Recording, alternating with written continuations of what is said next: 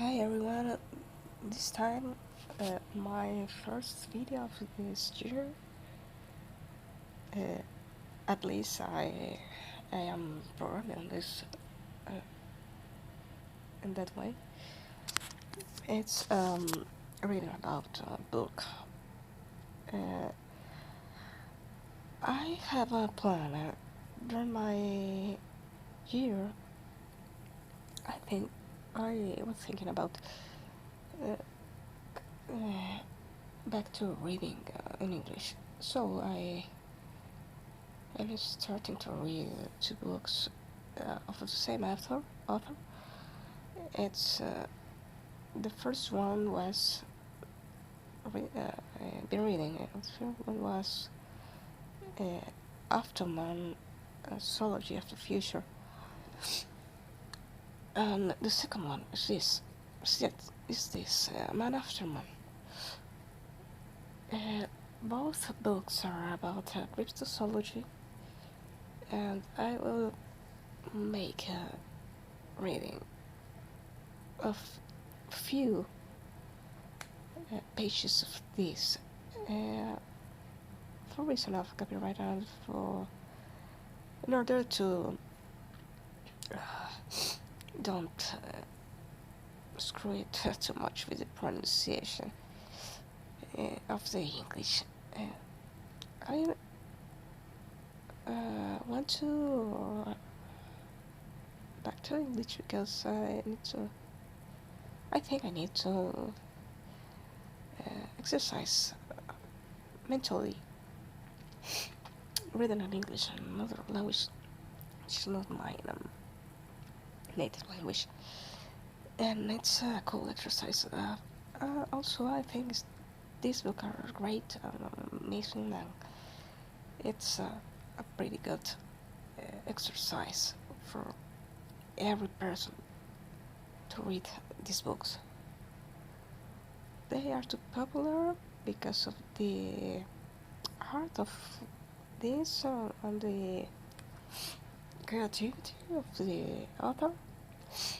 And well, I will start to read it from the second part of the book. Okay, you could see the illustration. The author is Douglas Dixon, Man After Man, an Anthropology of the Future. Foreword by Brian Aldiss, illustrations by Phillips Wood. I could say it's I don't know how to explain it. I prefer this illustration that the first book, but I don't say that the first book was bad about the illustration. It's pretty good. So it's really creative, but it has kind of a bigger sense of futuristic in this. And I remember some sci-fi movies, I think, if you could appreciate it on this page. Okay, I will start. The first book was published at 1981. This is from, let's see, give me a second please.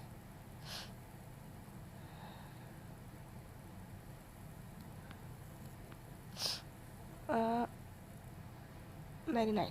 Okay, 99. Perfect. I will read this page, okay?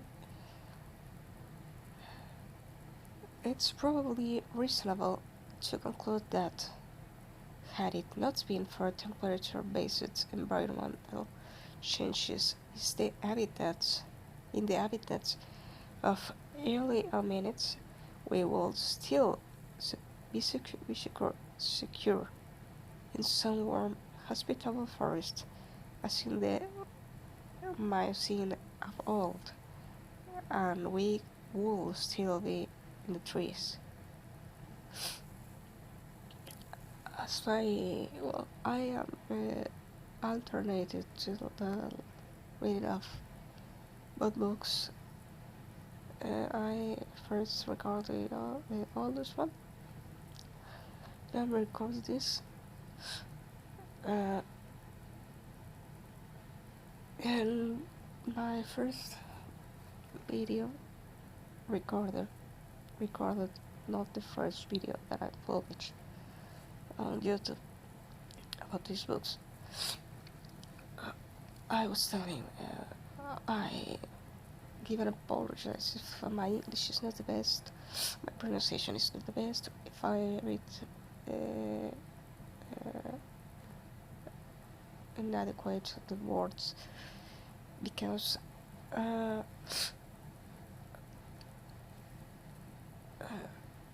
I feel better. I don't know why I feel better reading without lessons.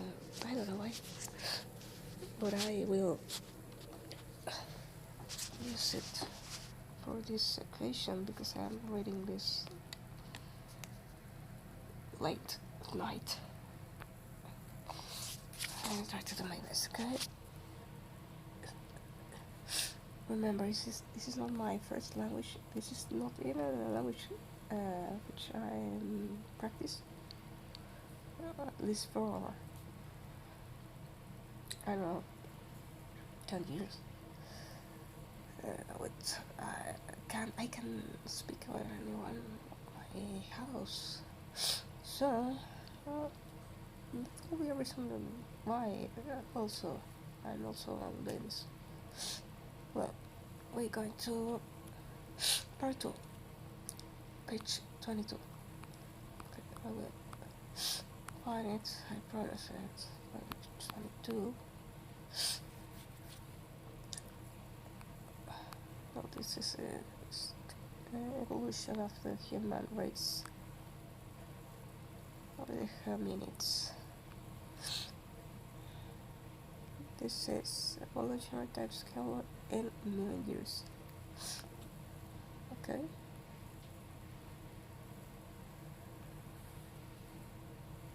At the first book, you read that the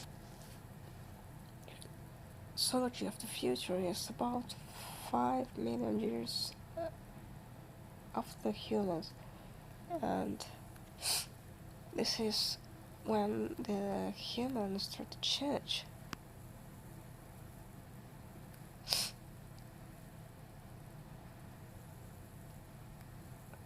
The first point is this: 2 years hence. I hope I never read or heard this word hence. I don't know if it's correct my pronunciation. Bicarbolic the aquamorph. The great green and deep water is flooded by a bed of rubble, sprawling lists of red algae and sparse fan coral, rusting steel hulks, caked by sponge and algal rot jump up in incomprehensible shapes in the room. A few fish move slowly in the dark hollows, and the occasional scuffling craft raises brief clouds of sand and silts particles of its pointed feet. Suddenly, these few creatures dart for cover as a much larger chase founds its way slowly over the bottom. It is a streamlined, as are all swimming animals, and its surface is smooth and rounded at angles, padded out by a thick layer of insulating blubber. The legs are some somewhat frog-like, with legs are frog-like, with webbed feet, but the webs continue up each side of the leg as far as the knee. The forelimbs are prehensile and adaptable, but the mammals are held tightly against the torso so as not to disrupt the streamlined shape. The creature gives off an air of deep sadness, but only because of the face, with its big dark eyes and enormous lugubrious downturned mouth. The mouth funnels into a broad throat that connects with a wide belt of grills across the chest. It cases, I don't know this word, sorry. Its movement and crouches on the bottom, looking upward through water above it. Up there is a whole new world, a world was should not be strange, since it's the world of the creature's immediate ancestors. Its great grandfather was a librarian, Jonathan Blake. Look after and cataloging the accumulated knowledge of centuries of human civilizations. Its grandfather, John Blake Jr., was an artist contributing to that civilization's culture. Its father, John Blake III, was an astrophysics, adding to the information making could draw upon. Now, the Carbrick is an aquamorph, a creature engineered to be part of the near frontier. This creature is human. The Carbrick rises slowly toward the undulating silver ceiling that separates home from the hostile environment above. He rarely comes to the surface since he's not directly involved in trading with the land people. Whenever he does, he is always uneasy, even though it was the environment of his parents. A flurry of bubbles arise about him as they ascend towards the surface. I'm sorry for that. I don't know what happened.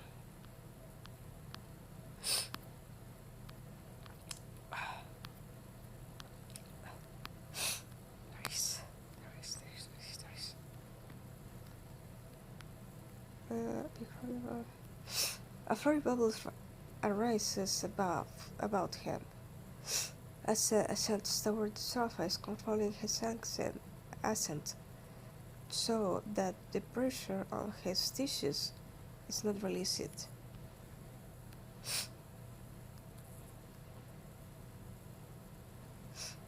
The skull is shaped and positioned so that a rounded head and short neck at the trembling.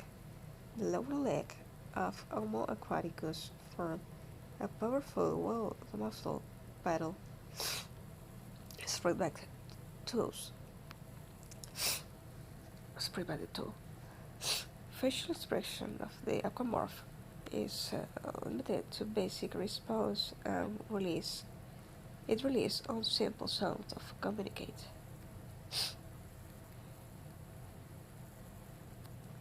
The aquamorph, Homo aquaticus. Fish-like and frog-like, the aquamorph is genetically adapted to live within a totally marine environment.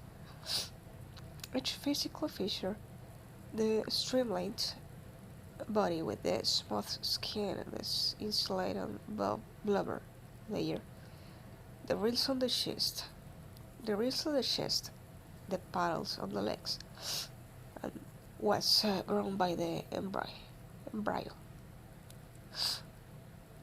embryo. But the embryo was the result of manipulation of the sperms and egg cells.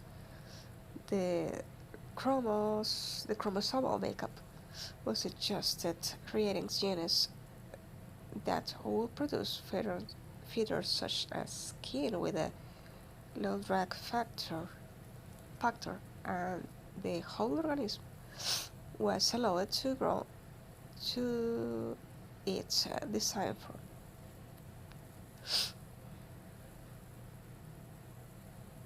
Okay. Sliding neatly towards of the surface, the powerful aquamorph prepared to face brief contact with the hostile environment of its genetic ancestors. It does not buy the clumsy land dwellers they damage habitat, their damaged habitat.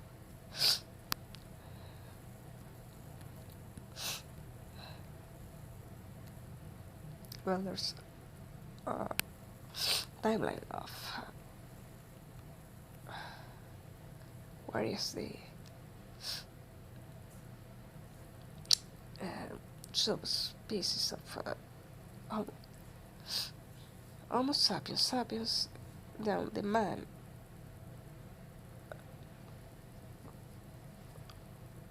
before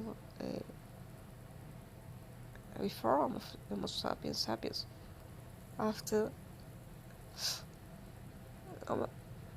Homo aquaticus, aquamorpho, vacuumorpho, it's Homo solestis. A freaking lot. Oh, a freaking lot of subspecies. Okay, I continue reading this. Okay. Okay. To quickly, he bubbles up through the final few meters. Meters? I never read metro in English, I'm sorry. And breaks the oily Scotlander surface. Many of this family are already there. He can just make out their heads bubble around him amid the floating relish. The sky very white, with the orange single of smoke along the horizon, and alien beauty about it. Has an alien beauty about it. Like the sparkling surface of the unpolished earth seen by the first astronauts. He looks toward land, but it's indistinct. His eyes will function properly because the difference between the refractive index of air and water is such that he cannot focus on anything above the surface. From his utility belt, he takes her little sunsuit and slips them over his head. Now he, now he can see clearly the street, the rubble which is baked by towering brown and black building of the land people. Then comes the buildings from a truth from the sea, built on tops of those early submerged, using the drought knit hulks under foundation and piles. Your city says will not last for long, as the sea levels are continuing to rise, and this area will also have to be abandoned. Not however, until the establishment has several its purpose.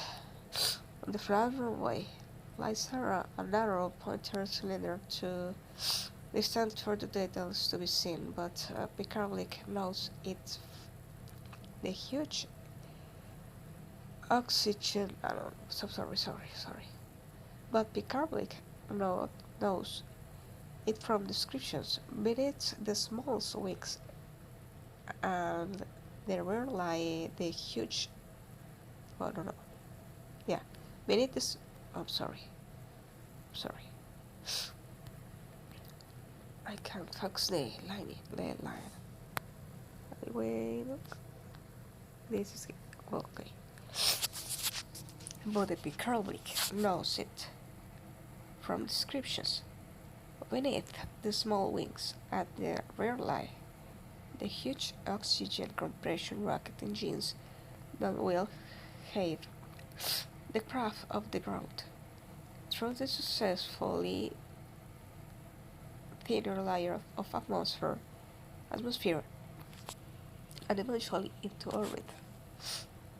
And the weird red Cerberus with the starships transfer its passenger as return to the runway. The starship itself is complete and almost ready to go. All his life, Picard has been involved in this building. He and his family work at the Great Underwater deuterium mines.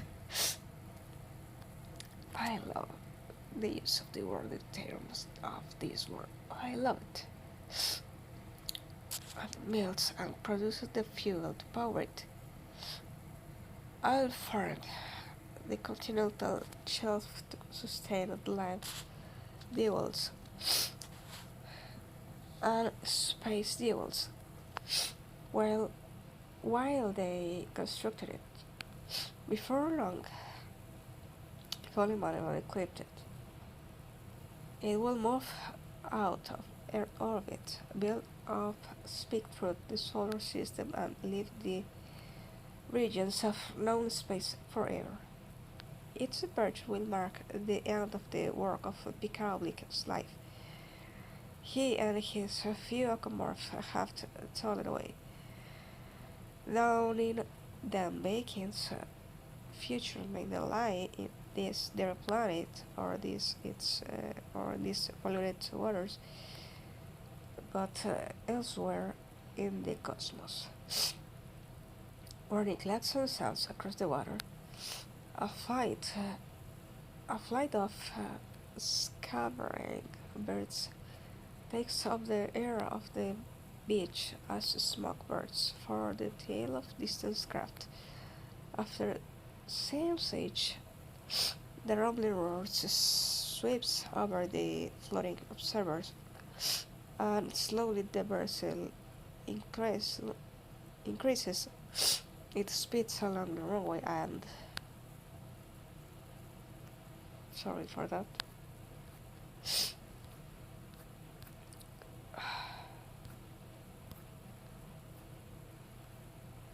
I have allergy, that's why you hear me. So, go ahead, Steve. I don't know how to. What is the word? This. I have allergy. I don't know. Allergy. Houses. Plenty of fluids. Okay. See the patient.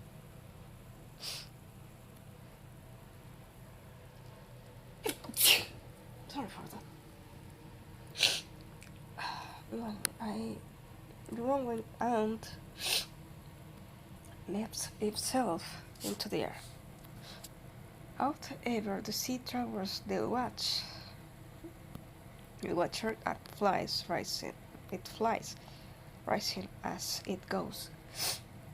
The sound builds up, and the elongated shape hardly overheard the impact of the noise. This unitary sensory organ is more than used to picking up water-borne signals. Then the ship is gone, leaving the lingering trail of smoke.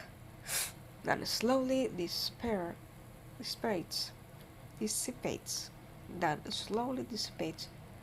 and adds its particles to the height of atmosphere pollutants that have rebuilding up for the past few centuries. Picardrick and his colleagues watch the ship go. Also excited by the sight, they remain silent because they cannot speak about the water. Quietly, they turn over and dive back into the deeps where, as they descend, they can chatter freely to one another. They are